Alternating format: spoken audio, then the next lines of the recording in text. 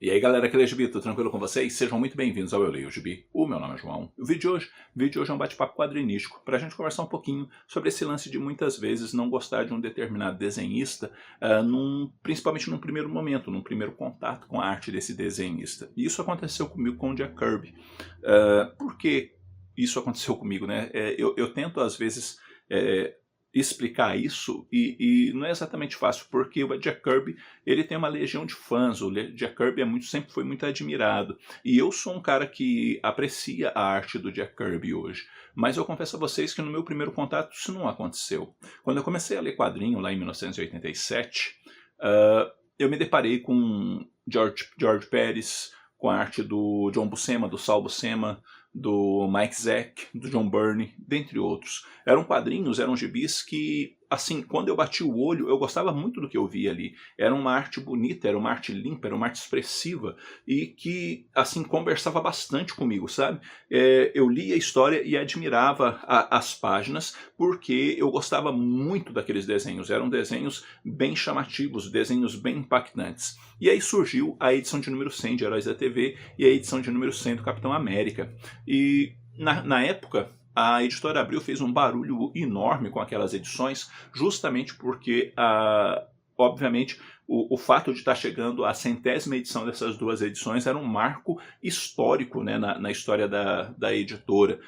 E diante daquilo, até onde eu sei, quem colecionava quadrinho na época porque queria a edição 100 do Heróis da TV e do Capitão América. O fato curioso é que a edição do Capitão América, a edição 100, não tinha nenhuma história do Capitão América. Mas qual era a proposta dessas edições? Ter uma história atual de um grupo ou personagem e trazer, consequentemente, a história de origem. Além disso, tinha um texto do Stan Lee dizendo como ele criou os personagens. Isso tudo era muito bacana. E aí eu consegui lá juntar um dinheirinho para poder comprar essas edições. Comprei feliz da vida e fui lá ler a primeira história do Hulk. E foi difícil. Quando eu li o Hulk do Jack Kirby, foi complicado. E eu fui ler Os Vingadores e eu olhei Os Vingadores do Jack Kirby e foi complicado. E tinha, por exemplo, na história dos Vingadores, nessa história atual, o Michael Golden. Cara, que desenho mais lindo, que arte mais linda naquela história. O Sal Buscema no Incrível Hulk e por aí adiante. E não foi só com o Jack Kirby que eu tive problema, não. Quando eu fui ler a história do Homem-Aranha, e eu bati o olho naquela arte do Steve Ditko, aquele Homem-Aranha magrinho, aquilo não me chamou a atenção em momento algum. Eu achei simplesmente horroroso. E você fala assim pra mim, como você ousa dizer que achou horrorosa a arte do Steve Ditko? Como você ousa dizer que achou feia a arte do Jack Kirby? Gente, na época eu achei. Eu bati o olho e aquela arte não conversou comigo. Eu bati o olho e aquilo lá não me chamou a atenção. Pelo contrário, eu li com dificuldade aquelas histórias porque eu olhava o desenho e não funcionava, sabe? Não funcionava. E não funcionava por que será? O que será que acontecia? E por que funcionava tão bem com o John Byrne? Por que funcionava tão bem com o Michael Golden? Por que funcionava tão bem com o John Romita Sr.? Por que funcionava tão bem com o John Buscema, mas não funcionava com o Jack Kirby? Não funcionava porque eu acho que são tempos diferentes, propostas diferentes, e que eu não conhecia a história desses caras. Eu não sabia quem era Jack Kirby. Eu estava começando a ler gibi naquele tempo. Eu não sabia exatamente quem era o Jack Kirby. Eu não sabia exatamente quem era o Steve Ditko. Eu não entendia a contribuição. Eu não entendia o estilo de arte. Eu não entendia a proposta do quadrinho, da produção de quadrinhos na época da década de 60. A partir do momento que eu comecei a ter mais contato com a arte do Jack Kirby, com a arte do Steve Ditko, por exemplo, no Doutor Estranho, né, que ele desenhou o Doutor Estranho, e o Jack Kirby com os N títulos que ele desenhou, eu comecei a entender melhor as propostas do Jack Kirby. Eu comecei a entender como que a arte dele era inovadora, como a arte dele era impactante, como a arte dele conversava tão bem com o leitor. Mas eu precisei passar por um processo de compreensão primeiro, e também treinar, digamos assim, o meu olho para entender a arte, para entender a proposta. Isso não acontece só com arte, isso também acontece com roteiro. Quando você lê um gibi agora, que saiu agora e você vai ler um gibi lá da década de 60, você vai ver particularidades narrativas que não se usa mais. Você vai ver elementos que são colocados no texto, a própria simplicidade, às vezes, a própria ingenuidade na história, que às vezes é colocado numa história lá muito antiga, que hoje em dia são recursos que não se usa mais. Por quê? Porque conversava bem com o leitor da época, mas não conversa tão bem com o leitor da época atual. Mas nem por isso deixa de ser admirável, nem por isso deixa de ser legal, nem por isso deixa de ser interessante. Por quê? Porque você está fazendo um resgate de histórias que chamam a atenção e que construíram todas as bases dos personagens que nós gostamos. E hoje, por exemplo, eu sou um admirador do Jack Kirby. Eu gosto muito da arte do Jack Kirby, eu gosto muito da arte do Steve Ditko. Eu olho o Doutor Estranho do Steve Ditko, por exemplo, eu acho fantástico, eu gosto demais do Homem-Aranha do Steve Ditko, mas eu precisei passar por um processo de treinar o meu olho para poder admirar, sabe? E eu acho que essas coisas também acontecem de forma inversa. Por exemplo, o Jim Lee. Quando o Jim Lee surgiu e eu comecei a ver a arte do Jim Lee, eu fiquei admirado. Eu a amava, eu era apaixonado pela arte do Jim Lee. Era uma arte que de fato conversava comigo. Os X-Men do Jim Lee, eu devorava aquilo, porque além de ser um fã do Claremont, que não é brincadeira, eu olhava para aquela arte e falava, cara, como esse homem desenha, que coisa maravilhosa, o Justiceiro do Jim Lee, nossa, me chamava demais a atenção. Só que o tempo passou e hoje eu não sou um grande admirador do Jim Lee.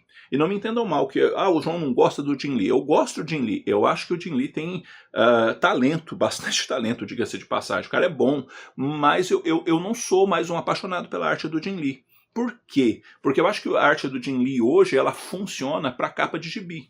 Eu acho que a arte do Jim Lee hoje, ela funciona para um painel bonitão.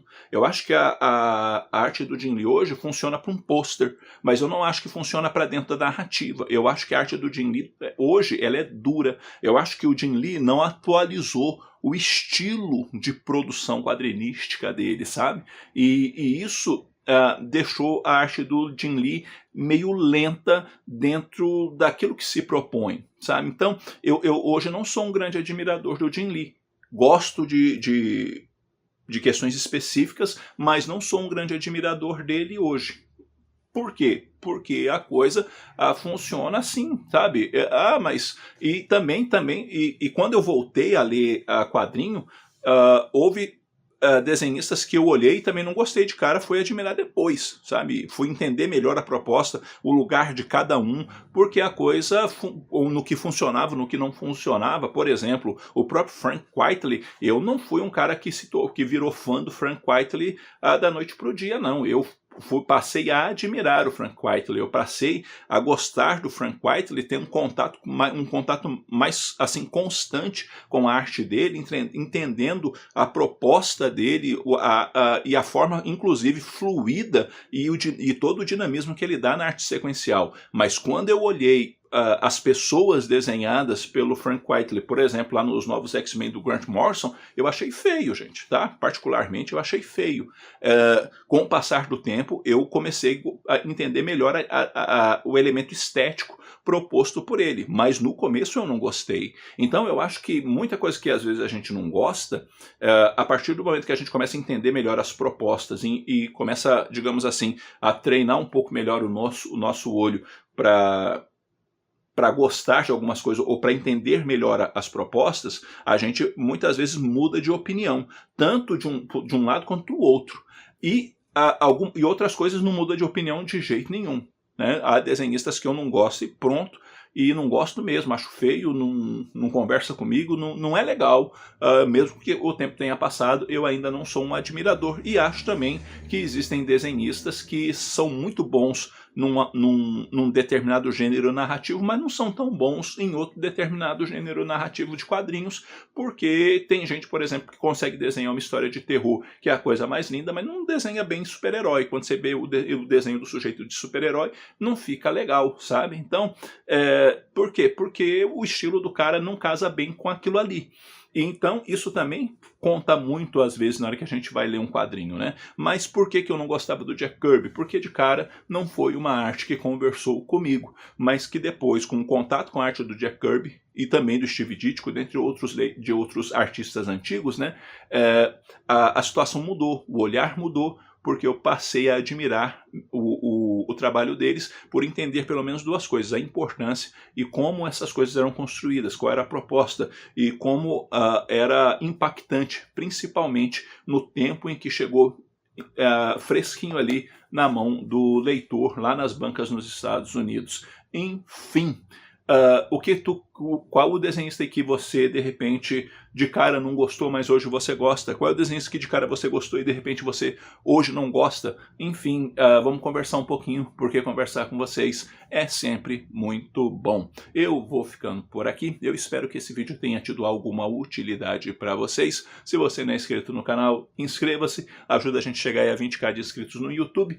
E também curta o vídeo, que curtindo o vídeo vocês também ajudam muito na divulgação do canal dentro do próprio YouTube. E torne-se membro do canal. Aliás, torne-se um apoiador do canal e dá uma força pra gente aí, pro trabalho aqui do Eu Leio Gibi continuar a todo vapor aqui no YouTube. E também quero deixar na tela a lista da galera que tem apoiado o canal. Valeu pela força, valeu pelo apoio de vocês. Eu vou ficando por aqui. Logo eu tô voltando com outro vídeo. Um abraço forte em todo mundo. Até a próxima.